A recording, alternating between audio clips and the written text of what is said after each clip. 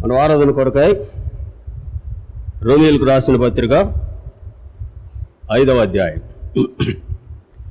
రోమీయులకు రాసిన పత్రిక 5వ అధ్యాయం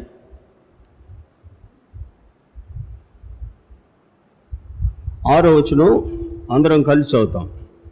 క్రొత్త నిబంధనలో 136వ పేజీ, రోమీయులకు రాసిన పత్రిక 5వ అధ్యాయం 6వ వచనం అందరం కలిసి చదువుతాం.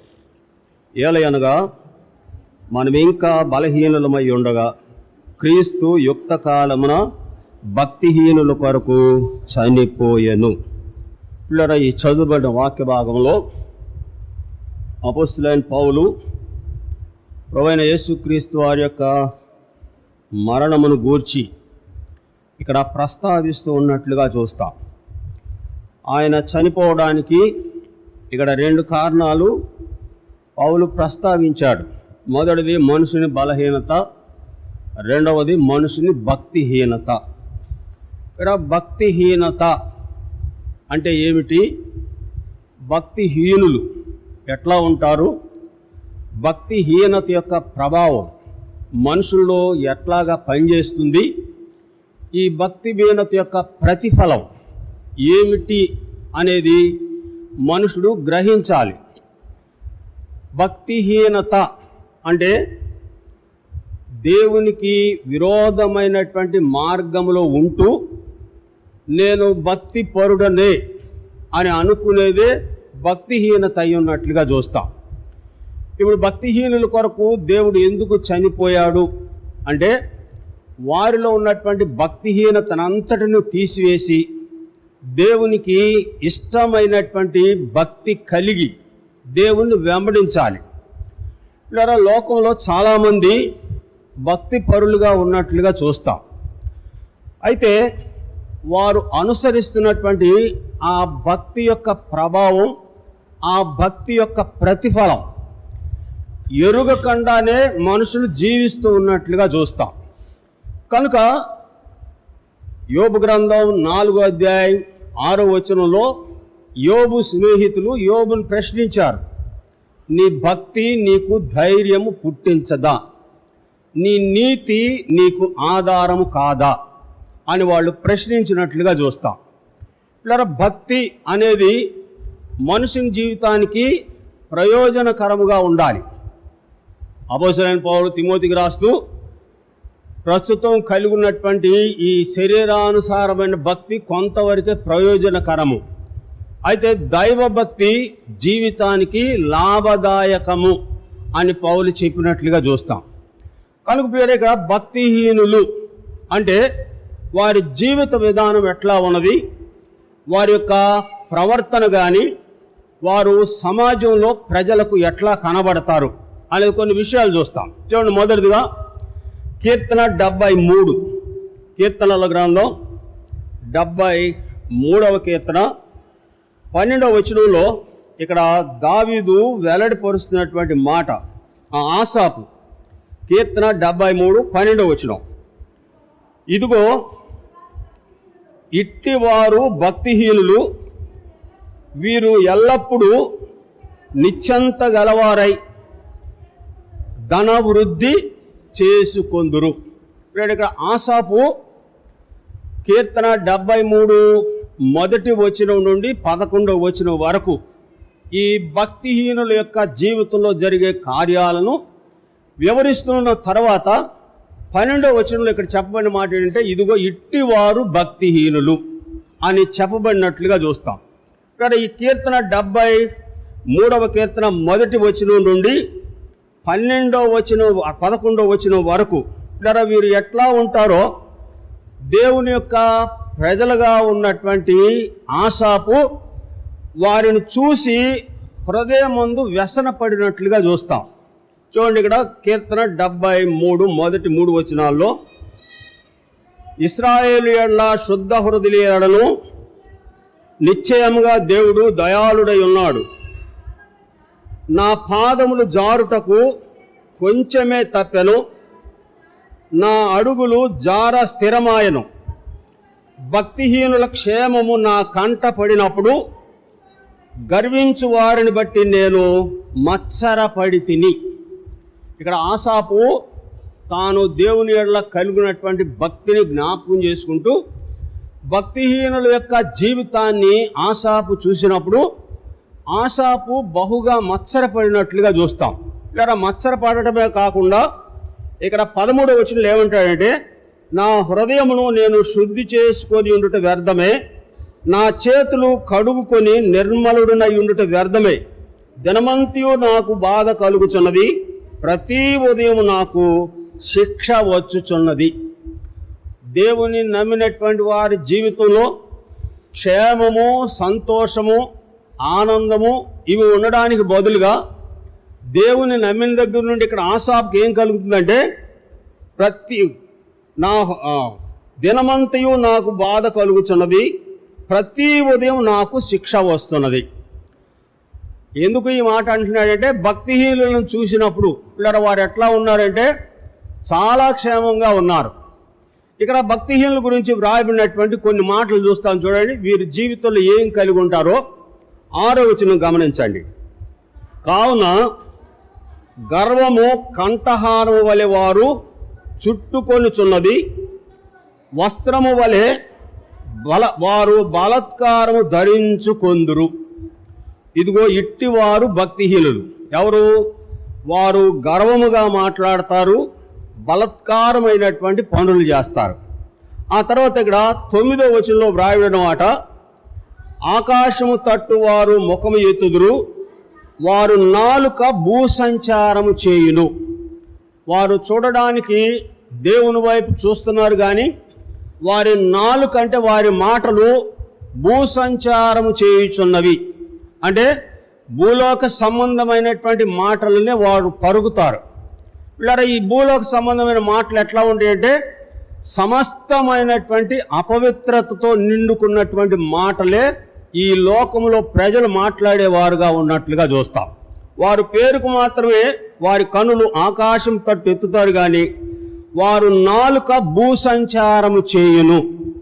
అంటే వారి మాటలు కానివ్వండి, వారు ఎదట వారితో ఉచ్చరించేటువంటి సందర్భాలు కానివ్వండి, ఇవన్నీ కూడాను లోకానుసారమైనటువంటి మాటలనే వారు పలుకుతున్నట్లుగా చూస్తాం.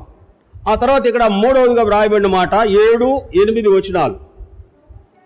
కొవ్వు చేత వారి కన్నులు మొరకలైనవి, వారి హృదయాలోచన బయటికి కానవచ్చున్నవి, ఎగతాళి చేయుచు బలాత్కారం చేత జరుగు కీడును గూర్చి వారు మాటలాడుదురు.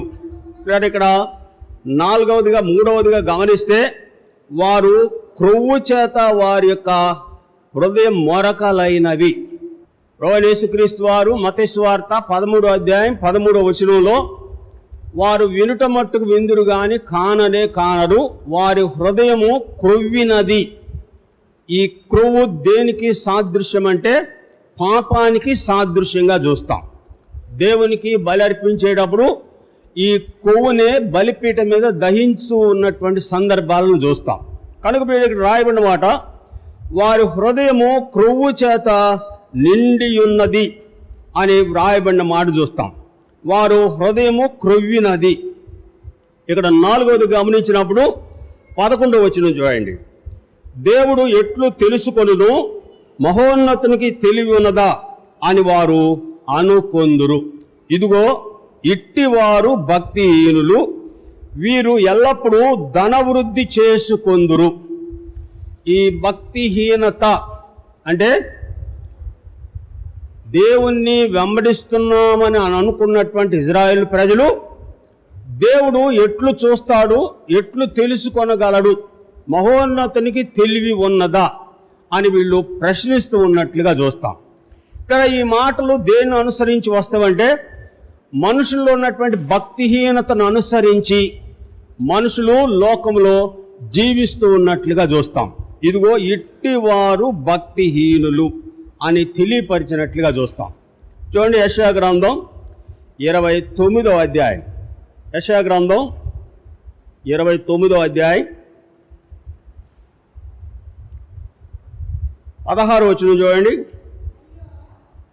అయ్యో మీరెంత మూర్ఖులు, కుమ్మరికిని మంటికిని భేదము లేదని ఎంచదగున, చేయబడిన వస్తువు దాని చేసిన వాడిని గూర్చి ఇతడు నన్ను చేయలేదనవచ్చున, రూపింపబడిన వస్తువు రూపించిన వాని గూర్చి ఇతనికి బుద్ధి లేదు అనవచ్చున.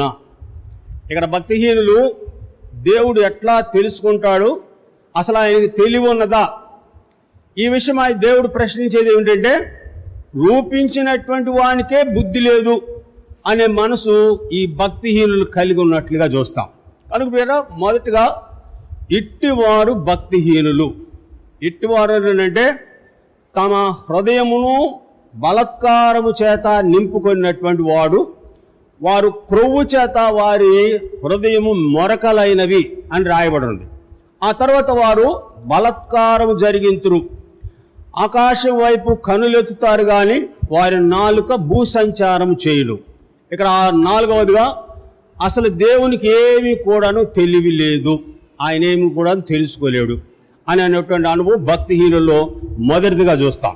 రెండవదిగా చూస్తాం, చూడండి, కీర్తన 58వ కీర్తన 58 13వ వచనం గమనించండి. కీర్తన 58 3వ వచనం. కీర్తన 58:3. తల్లి కడుపున ముట్టినది మొదలుకొని భక్తిహీనులు విపరీతమైన బుద్ధి కలిగి ఉందురు, పుట్టిన తోడనే అబద్ధములాడి తప్పిపోదురు.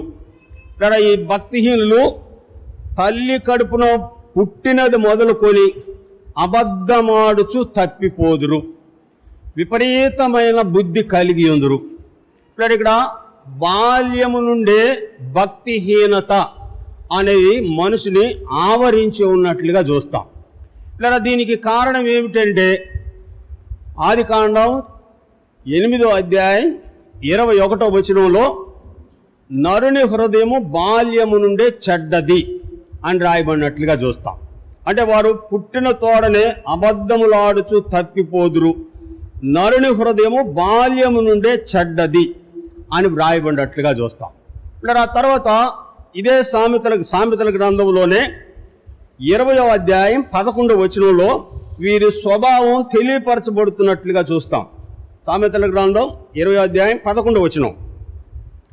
బాలుడు సహితము తన నడవడి పరిశుద్ధమైనదో కాదో, యథార్థమైనదో కాదో తన చేష్టల వలన తెలియపరచబడును. కనుక ఇక్కడ బాల్యము నుండే భక్తిహీనులు విపరీతమైన బుద్ధి కలిగి ఉన్నట్లుగా వ్రాయబడి ఉన్నది. ఆ తర్వాత వారు పుట్టిన తోడనే అబద్ధములాడుతూ తప్పిపోదురు. ఇక్కడ సామెతలు 20:11లో వారి క్రియల వలన ప్రత్యక్షపరచబడుతున్నది. ఇక్కడ ఇదే సామెతల గ్రంథం 22:15లో మనుషుని హృదయంలో స్వాభావికముగా, బాలుని హృదయంలో స్వాభావికముగా మూఢత్వము పుట్టును అని రాయబడి ఉన్నది. అంటే స్వాభావికంగా అంటే మనుషుని నైజము, బాల్యము నుండే మనుషుని యొక్క హృదయంలో మూఢత్వము పుట్టుచున్నట్లుగా చూస్తాం.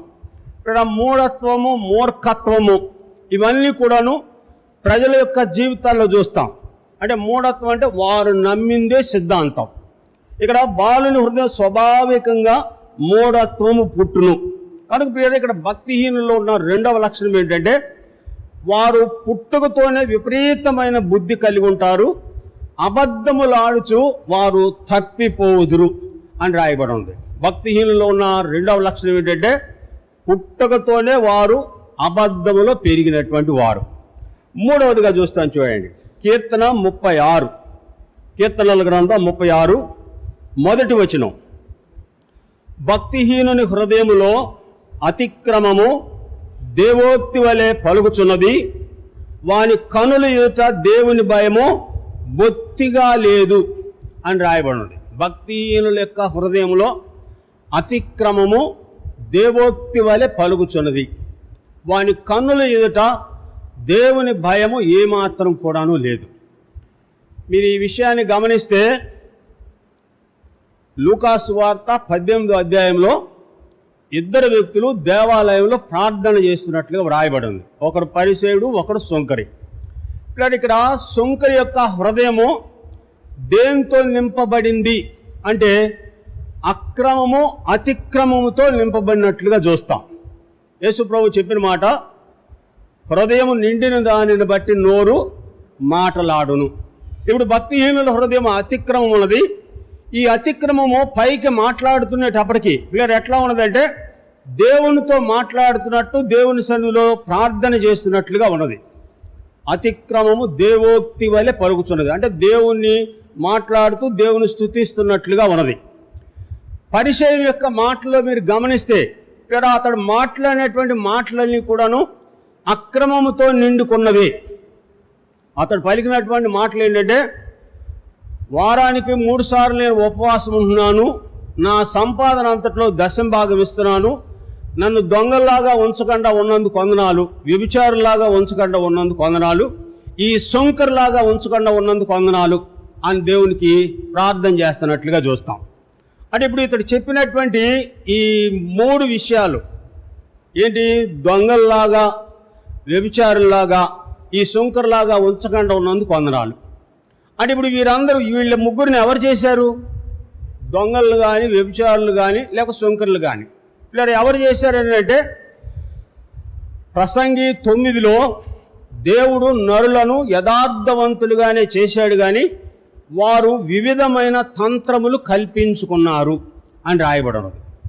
ఇప్పుడు దొంగ కానీ లేక వ్యభిచారి కానీ వీళ్ళ వారి యొక్క ఇష్టాన్ని బట్టి జీవించేటువంటి జీవితం ఆఖరకు వాడు మాట్లాడేవలసి వచ్చేటప్పటికి వీళ్ళ మనుషులు ఏం మాట్లాడతాడంటే, వాని తలరాత అండి, దేవుడు రాసిన రాత ఎవడో తప్పించలేడు.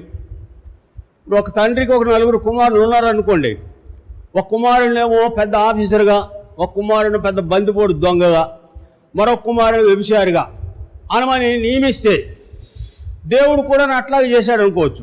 అయితే దేవుడు ఏమన్నాడంటే, మీరు మీ పిల్లలకు మంచి ఈవులను ఈయన ఎరిగిన వారు అయ్యుండి మీ పరలోక తండ్రి అంతకంటే మీకు మంచి అనుగ్రహిస్తాడని ఉన్నది.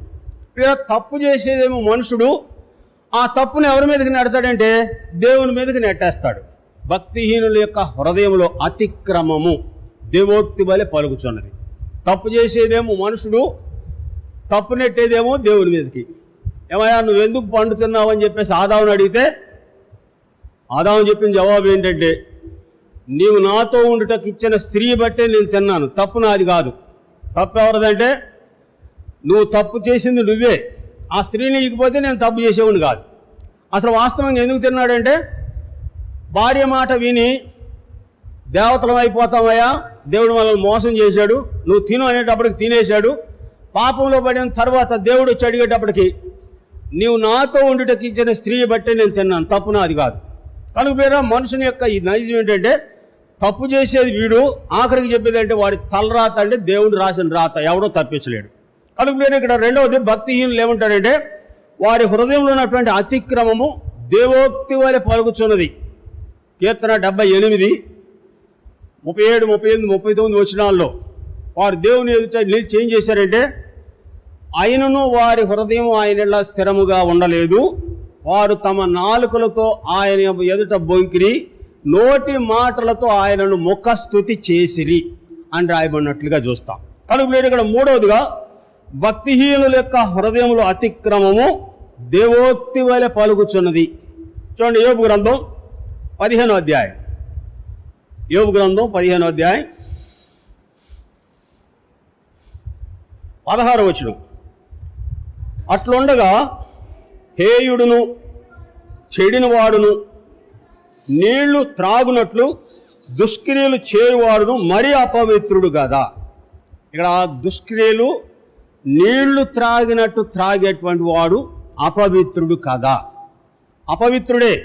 అయితే దేవుని సన్నిధిలో నిలిచి చెప్పేటప్పటికి ఏమంటున్నాడంటే, దేవుణ్ణి గణపరుస్తున్నట్లుగాను దేవుని స్తుతిస్తున్నట్లుగాను వారి హృదయంలో ఉన్నటువంటి అతిక్రమము దేవోక్తి వలె పలుకుతూ ఉన్నట్లుగా చూస్తాం. ఇదిగో ఇట్టి వారు భక్తిహీనులు. ఇక్కడ మూడవదిగా, వాని హృదయంలో ఉన్న అతిక్రమము దేవుణ్ణి సేవిస్తూ ఘనపరుస్తూ ఉన్నట్లుగా చూస్తాం. 4వదిగా చూస్తాం చూడండి, యెషయా గ్రంథం 57వ అధ్యాయం. యెషయా గ్రంథం 57వ అధ్యాయం 20వ వచనం. భక్తిహీనులు కదులుతున్న సముద్రం వంటి వారు, అది నిమ్మళింపనేరదు, దాని జలములు బురదను మైలును పైకి వెల్లడి చేయుచున్నది. ఇక్కడ 4వదిగా భక్తిహీనులు ఎలాంటి వారంటే కదులుతున్న సముద్రం వంటి వారు. మొట్టమొదటిగా వచ్చినటువంటి సునామీ, అది ఏ సంవత్సరం వచ్చిందో నాకు తెలియదు, కానీ ఆ సంవత్సరం 25వ తారీఖు నేను బందర్ ప్రక్కన ఒక మందిరంలో పరిచయం చేస్తున్నాం. ఆ సంవత్సరం డేట్ నాకు గుర్తులేదు. క్రిస్మస్ పరిచయకి వెళ్ళాము. ఆ రోజు వచ్చిన తుఫాను, ఆ రోజు వచ్చిన సునామీ, రాత్రి థాయిలాండ్లో ఆరంభమైన సునామీ ఇక్కడ తెల్లవారు ఉదయం 10 గంటలకు మచిలీపట్నం దగ్గర ఉన్నటువంటి పెద్దాపురం దగ్గరికి వచ్చిన తర్వాత ఆగింది. థాయిలాండ్ నుండి ఆరంభమైనటువంటి ఈ సునామీ ఇక్కడ చుట్టుప్రక్కల ఉన్నటువంటి వాడన్నిటినీ నాశనం చేస్తూ వచ్చినట్లుగా చూస్తాం. భక్తిహీనులు కూడా అట్లాంటి వారే. అంటే వారు పాడైపోయింది కాక ఇక్కడ ప్రజలను కూడాను పాడు చేసేటువంటి వారుగా చూస్తాం. భక్తిహీనులు కదులుతున్న సముద్రం వంటి వారు, అది నిమ్మళింపనేరదు, బురద పైకి వెదజల్లునట్లు. దేవుడు ఇజ్రాయెల్ ప్రజలను ఉద్దేశించి, వారు ఆ యెరూషలేము చెడుతనాన్ని ఎట్లా పైకి రప్పించిందని అంటే, బురద ఎట్లాగైతే పైకి చిమ్ముతుందో యెరూషలేం వాసులు కూడాను అట్లాగా జలములను పైకి ఉబక చేసినట్లుగా వ్రాయబడి ఉంది. కనుక ఇక్కడ భక్తిహీనులు కదులుతున్న సముద్రం వంటి వారు. చూడండి, భక్తిహీనులు కదులుతున్న సముద్రం వంటి వారు. ఎక్కువగా ప్రజలను ఎవరు నాశనం చేశారు చెప్పండి? దేవునిలో ఉన్నాము అనుకుంటూ దేవుని ప్రజలను నాశనం చేసినటువంటి వ్యక్తి ఎవరు చెప్పండి? దేవుని ప్రజలను జీవముతోనే పాతాళానికి దిగిపోయినటువంటి వారు ఎవరు చెప్పండి? కోరాహు, దాతాను, అబీరాములు. వారు సమాజం కాక పేరు పొందిన ఇజ్రాయెల్ ప్రజల పేరు పొందినటువంటి 250 మంది, ఆ చుట్టుపక్కల ఉన్నటువంటి వారందరూ కూడాను పాతాళం భూమి తన నోరు తెరిచి వారిని మృంగి వేసెను అని రాయబడినది. కనుక ఇక్కడ 4వది గమనించినప్పుడు భక్తిహీనులు కదులుతున్న సముద్రం వంటి వారు. ఎంతమందిని నాశనం చేస్తారు అంటే, వారి పరిధిలో ఉన్నటువంటి వారందరినీ నాశనం చేస్తారు.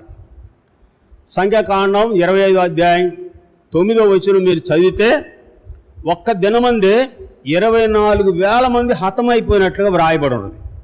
దేవుని కోపము, దేవుని తెగులు వారి మీద రేగు కొనగా ఒక్క దినమందే 24,000 మంది మరణించినట్లుగా చూస్తాం. ఇలా ఏమిటంటే, వారిలో కలిగినటువంటి భక్తిహీనతే వారిని నాశనమునకు నడిపించినట్లుగా చూస్తాం. కనుక ఇక్కడ ఆయన ఎవరి కొరకు చనిపోయాడు అంటే, భక్తిహీనుల యుక్త కాలమున భక్తిహీనుల కొరకు యేసు ప్రభు చనిపోయాను. ఎవరు భక్తిహీనులు అంటే, ఇదిగో ఇట్టి వారు భక్తిహీనులు. హృదయంలో బలత్కారం నింపుకొని ఆకాశం తట్టు చూస్తారు, నాలుక భూసంచారం చేస్తుంది. ఆ తర్వాత దేవుడు ఎట్లు తెలుసుకొనగలడు, మహోన్నతునికి తెలివి ఉన్నదా అని వారు అనుకున్నట్లుగా చూస్తాం. రెండవదిగా, పుట్టిన తోడనే అబద్ధములాడుచు భక్తిహీనులు విపరీతమైన బుద్ధి కలిగి ఉందరు. మూడవదిగా గమనిస్తే, భక్తిహీనుల యొక్క హృదయముల అతిక్రమము దేవోక్తి వలె పలుకుచున్నది.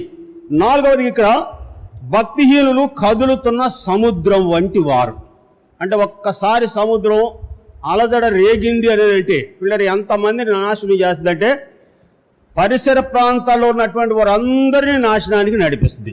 భక్తిహీనుడు కూడాను అట్లాగే ప్రజలను నాశనం చేస్తాడు. 5వదిగా చూస్తాను చూడండి, సామెతల గ్రంథం 4వ అధ్యాయం. సామెతల గ్రంథం 4వ అధ్యాయం 19వ వచనం. భక్తిహీనుల మార్గము గాఢాంధకారము, తాము దేని మీద పడునది వారికి తెలియదు. ఇక్కడ 5వదిగా గమనిస్తే భక్తిహీనుల యొక్క మార్గము గాఢాంధకారం. ఆ గాఢాంధకారం అంటే చీకటిలో వారు దేని మీద పడేది కూడా వాడికి తెలియదు. యెషయా గ్రంథం 59వ అధ్యాయం 9వ వచనం నుండి మీరు చదువుతూ వస్తే ఇక్కడ వీరు కలిగి ఉన్నటువంటి అనుభవాలు తెలియపరుస్తున్నట్లుగా చూస్తాం. వారు న్యాయం కొరకు కనిపెడుతున్నప్పటికీ కూడా వారికి ఏమాత్రం కూడా న్యాయం లభించడం లేదు. పిల్లల వారు చీకటిలోనే ఉండి చీకటిలోనే ప్రయాణం చేస్తున్నారు. పట్టపగలే వారు కాలు జారి పడుతున్నట్లుగా వ్రాయబడింది. బాగుగా బతుకుచుండియు చచ్చిన వారి వలె ఉన్నాము అని చెప్పినట్లుగా చూస్తాం. యెషయా గ్రంథం 59వ అధ్యాయం ఇక్కడ 9వ వచనం నుండి మనం గమనిస్తూ వస్తే వారి జీవితమే గాఢాంధకారం అయిపోయినట్లుగా చూస్తాం.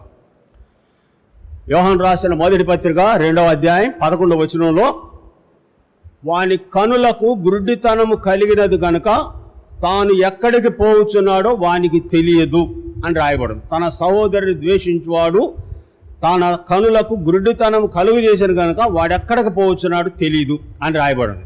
అని లేదా చీకటిలో ఉండేటువంటి వ్యక్తి ఎక్కడికి వెళుతున్నాడు అనేది తెలియదు, వారు ఎక్కడ పడతారో కూడా వాడికి తెలియదు. అది ఇక్కడ అన్నాడు, భక్తిహీనుల మార్గము గాఢాంధకారము. వారు దేని మీద పడతారో కూడా వాడికి తెలియదు. వారు ఎప్పుడు దేని మీద పడతారు అనేది తెలుస్తుంది అంటే వారి యొక్క జీవిత అంతములోనే తెలుస్తుంది వారు ఎక్కడ పడుతున్నారు అనేది తెలుస్తుంది. అంతవరకు కూడాను వారికి ఏమీ కూడాను తెలియదు. ఈ విషయమై రోమపత్రిక 1వ అధ్యాయం 22వ వచనంలో పౌలు చెప్పినటువంటి మాట, వారి అవివేక హృదయం అంధకారమాయను, తాము జ్ఞానులమని చెప్పుకొనుచు బుద్ధిహీనులైరి. ఏమిటి మనుషుల్లో ఉన్నటువంటి బుద్ధిహీనత అంటే మహిమాస్వరూపమైనటువంటి దేవుని వారికి ఇష్టమైనటువంటి రూపాల్లో మార్చుకోవడమే మనుషులు ఉన్నటువంటి బుద్ధిహీనత. ఎవరికి ఇష్టమైనటువంటి మార్గాలు వారు ఏర్పాటు చేస్తున్నారు. కారణం ఏంటంటే వారి హృదయం అంధకారంలో ఉన్నది కనుక వారు అనుకున్నదే వారు చేసిందే సిద్ధాంతం. ఇర్మీయా గ్రంథం 2వ అధ్యాయం 26వ వచనం మీరు చదివితే ఇజ్రాయెల్ ప్రజల గురించి దేవుడు చెప్పినటువంటి మాట. ఇజ్రాయెల్ ప్రజలు ఏం చెప్పారంటే, మ్రానుతోనేమో నీవే మమ్ములను పుట్టించితివి అన్నారు, రాయిని పట్టుకొని నీవే మాకు తండ్రివి అని చెప్పాడు. ఇజ్రాయెలు దొంగ దొరికినట్టు దొరికెను అని రాయబడి ఉంది. మ్రానుతో నీవే నన్ను పుట్టించితివని, తండ్రిది రాయితోనేమో నీవే మమ్ములను కలుగు చేసివని చెప్పుదురు అని రాయబడినట్లుగా చూస్తాం. ఇక్కడ కారణం ఏమిటంటే వారి మార్గం అంతా కూడాను గాఢాంధకారమే. వారి జీవితమే చీకటి గల జీవితం, చీకటిలోనే వారు ప్రయాణం చేసేటువంటి వారు. కనుక ఇక్కడ 5వదిగా చెప్పని మాట, భక్తిహీనుల మార్గము గాఢాంధకారము అని రాయబడి ఉంది. కారణం ఏమిటి దీనికని అంటే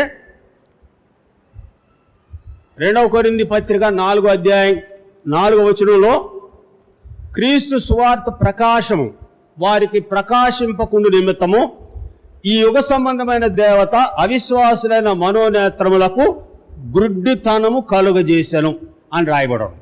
కనుక భక్తిహీనుల యొక్క మార్గము గాఢాంధకారము అని రాయబడి ఉంది.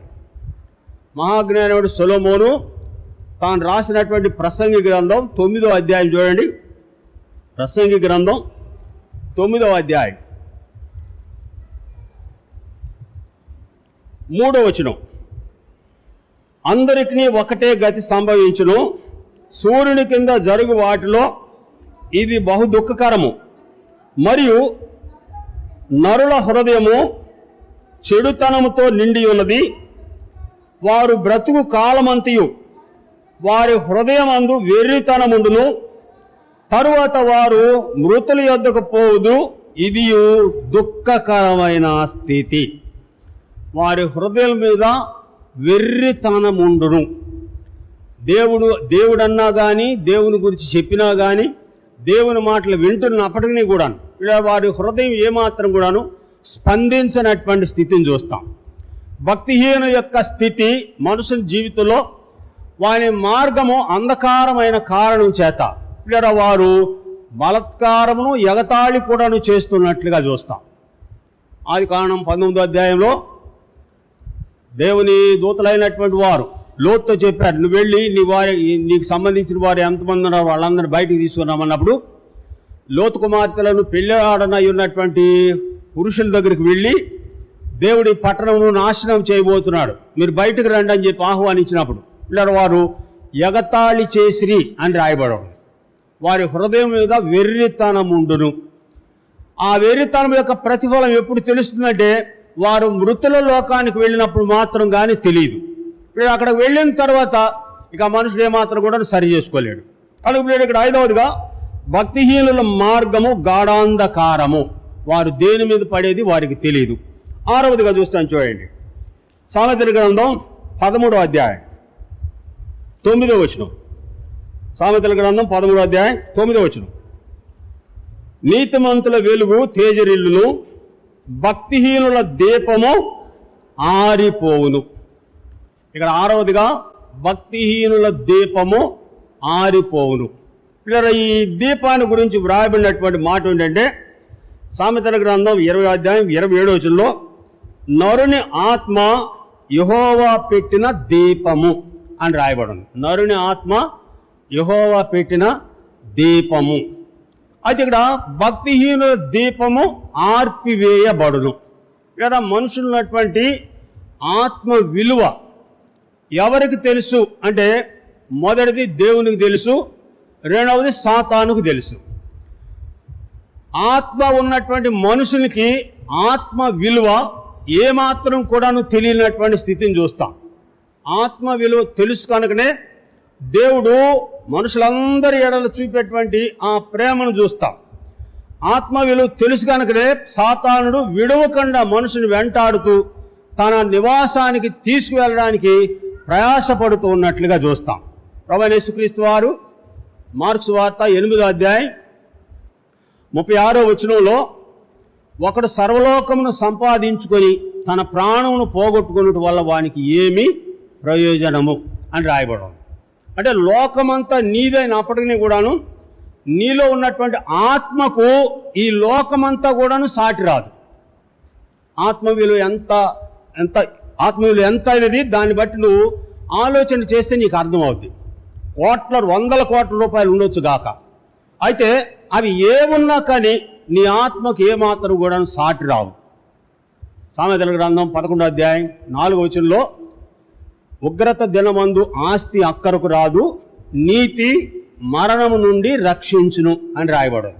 కనుక ఇక్కడ భక్తిహీనుల దీపము ఆర్పివేయబడును అని రాయబడదు. ఈ ఆర్పివేయబడినటువంటి దీపాన్ని వెలిగించడానికే యేసు ప్రభు ఈ లోకానికి వచ్చినట్లుగా చూస్తాం. యోహాను సువార్త 1వ అధ్యాయం 4-5 వచనాల్లో ఆయనలో జీవముండెను, ఆ జీవము మనుషులకు వెలుగై ఉండెను. ఆ వెలుగు చీకటిలో ప్రకాశిస్తున్నది కానీ చీకటి దానిని గ్రహింపకుండెను. చీకటిలో ఉన్నటువంటి వాడు ఇక్కడ వెలుగులోనికి వస్తే వాని జీవితం అంతా కూడాను కనబడుతుంది.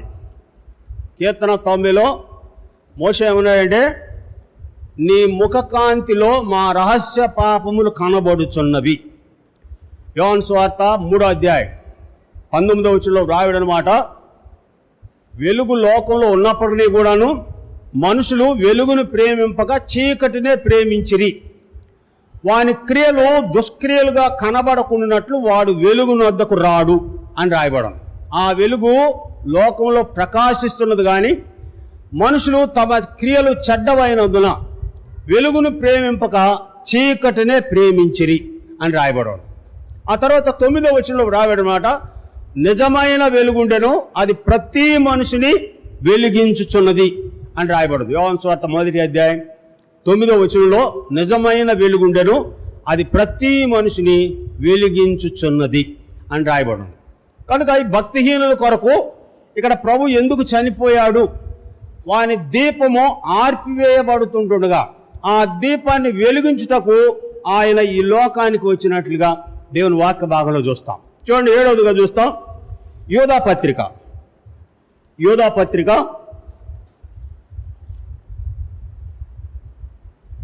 14-15 వచనాలు.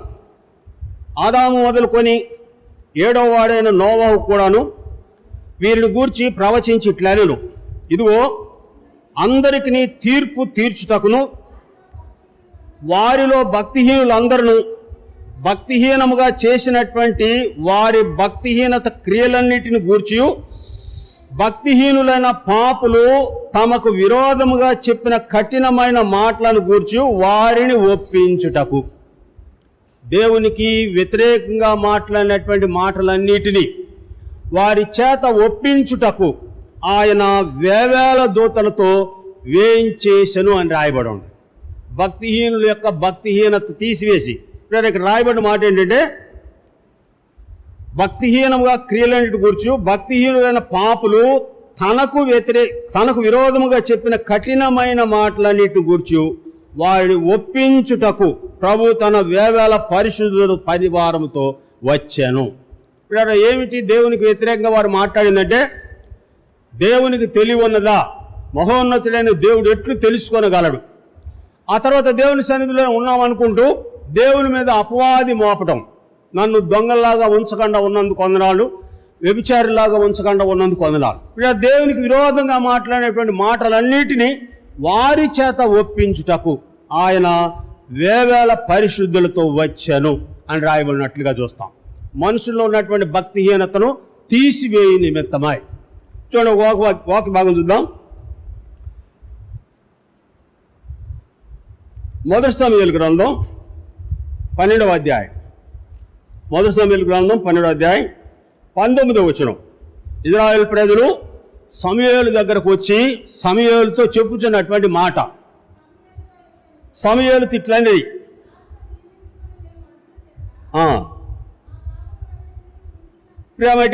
మా పాపములను మించిన కీడును మేము చేసితిమి. రాజును అడుగుట వలన పాపములకు మించిన కీడును మేము చేసితిమి, కనుక మేము మరణించకుండా మా కొరకు ప్రార్థించుము. ఇక్కడ వారు చేసినటువంటి తప్పులను వారు ఒప్పుకుంటూ ఉన్నట్లుగా చూస్తాం. సర్వలోక మర్యాద చొప్పున మాకును ఒక రాజు నియమించమని అడగడం కీడు అన్నిటికంటే మించిన కీడు అని మాకెప్పుడు తెలిసిందని అంటే, అది జరిగిపోయిన తర్వాత వారికి అర్థమైనది. సమూయేలు దగ్గరకు వచ్చి చెబుతున్నారు, దానికి మించిన కీడును మేము చేసితిమి. వారి తనకు విరోధంగా మాట్లాడినటువంటి వారిని ఒప్పించుటకు, వారు చేసిన తప్పులు వారే ఒప్పించుటకు ఆయన ఈ లోకానికి వచ్చినట్లుగా చూస్తాం. చూడండి, రోమీయులకు రాసిన పత్రిక 11వ అధ్యాయం. రోమపత్రిక 11వ అధ్యాయం. రోమపత్రిక 11వ అధ్యాయం 26, 27 వచనాలు కలిసి ఉన్నాయి. వారు ప్రవేశించినప్పుడు విమోచకుడు సియోనులో నుండి వచ్చి యాకోబులో నుండి భక్తిహీనతను తొలగించును, నేను వారి పాపములను పరిహరించినప్పుడు నా వలన వారికి కలుగు నిబంధన ఇదియే అని వ్రాయబడినట్లు ఇశ్రాయేలు జనులందరూ రక్షింపబడుదురు. యాకోబులో ఉన్నటువంటి భక్తిహీనత తీసివేయ నిమిత్తమై వారి విమోచకుడు వారికి పరిహారము చేయును. ప్రభువైన యేసుక్రీస్తు వారి యొక్క రక్తములో మనుషుని యొక్క సమస్తమైనటువంటి భక్తిహీనతను ఆయన తీసివేసినట్లుగా చూస్తాం. యాకోబులో ఉన్నటువంటి భక్తిహీనతను ఆయన తీసివేసినట్లుగా చూస్తాం. ఈ విషయమే అపోస్తలుడైన పౌలు ఎఫెసీయులకు రాస్తూ 2వ అధ్యాయం 12వ వచనంలో, ఆ కాలమందు మీరు దేవుని లేని పరజనులు, నిరీక్షణ లేని వారిని మిమ్ములను ఆయన తన రక్తంతో దేవుని సన్నిధికి మిమ్ములను చేర్చెను అని రాయబడిన మాట చూస్తాం. కనుక మీరు భక్తిహీనుల కొరకు ఆయన యుక్త కాలమున చనిపోవుట ద్వారా వారు భక్తి కలిగినటువంటి వారై వారి యథార్థమైనటువంటి స్థితిని దేవుని సన్నిధిలో ఒప్పుకొనుట ద్వారా వారు దేవుడు వారిని క్షమించినట్లుగా ఈ వాక్య భాగంలో చూస్తాం. అందుకే ఎఫెసీ 2:13లో, మునుపు దూరస్తులైన మీరు ఇప్పుడు ఆయన రక్తము వలన సమీపస్తులై ఉన్నారు. భక్తిహీనతను బట్టి దేవునికి దూరంగా ఉన్నటువంటి వారిని ప్రభువైన యేసుక్రీస్తు వారి యొక్క రక్తము దేవుని సన్నిధికి సమీపముగా చేసినట్లుగా ఈ వాక్య భాగంలో చూస్తాం. ఆయనే మన సమాధాన కారకుడై ఉండెను, ఉభయులను ఏకము చేయుట వలన, దేవుని సన్నిధిలో ప్రజలను నిలుపుట వలన ఆయన రక్తము ప్రజలకు ఉపయోగపడినట్లుగా చూస్తాం. వారి విమోచకుడు వారిని రక్షించును అని రాయబడదు. అడుగులేడు ఇక్కడ రోమపత్రిక 5వ అధ్యాయం 6వ వచనంలో చదివిన మాట ప్రకారం, ఏలయనగా మనం ఇంకను బలహీనులమై ఉండగా యుక్త కాలమున భక్తిహీనుల కొరకు క్రీస్తు చనిపోయెను. ఈ భక్తిహీనత యొక్క అనుభవాలు ఇక్కడ 6 విషయాలు చూసాం. భక్తిహీనతకు సంబంధించినటువంటి అనుభవాలు ఇక్కడ ఉన్నటువంటి ప్రతి వారు దేవుని సన్నిధిలో ఒప్పుకొనడం ద్వారా దేవుని సన్నిధికి సమీపస్తులైనట్లుగా ఈ వాక్య భాగంలో చూస్తాం. ఇక్కడ సమీపస్తులైనటువంటి వారు చూడండి, కీర్తన 29, కీర్తనల గ్రంథం 29వ కీర్తన మొదటి 3 వచనాలు చూడండి. దైవపుత్రులారా, యెహోవాకు ఆరోపించుడి, ప్రభావ మహాత్యములను యెహోవాకు ఆరోపించుడి. యెహోవా నామునకు చెందవలసిన ప్రభావము ఆయనకు ఆరోపించుడి. ప్రతిష్ఠితములకు ఆభరణములు ధరించుకొని ఆయన ఎదుట సాగిలపడుడి. ప్రతిష్ఠిత వస్త్రములు ధరించుకొని, ఉల్లాస వస్త్రము కానీ, రక్షణ వస్త్రము కానీ, నీతి వస్త్రము కానీ, ఇవన్నీ కూడాను ఆయన అనుగ్రహించినవే. ఆయన సన్నిధిలో మనలో ఉన్నటువంటి భక్తిహీనతనంతటిని తీసివేసి ఈ వస్త్రాలు అనుగ్రహించిన కారణం చేత ఆ వస్త్రాలు ధరించుకొని యెహోవా దేవుని సన్నిధిలో సాగిలపడుడి, అంటే ఆయనను ఆరాధించుడి. ఇక్కడ పడిన దైవపుత్రులారా, యెహోవాకు ఆరోపించుడి, ప్రభావ మహాత్యములు యెహోవాకు ఆరోపించుడి. ఆయన నామునకు చెందవలసిన ప్రభావం ఆయనకు ఆరోపించుడి. ఏమిటి ఆయన మళ్ళీ చేసిన కార్యం అంటే, మనలో ఉన్నటువంటి భక్తిహీనతనంతటినీ తీసివేసి ఆయన మనను భక్తులుగా చేసి దేవుని సన్నిధిలో నిలిపిన కారణం చేత దేవుణ్ణి మనం ఆరాధించ బద్దులమై ఉన్నట్లుగా చూస్తాం.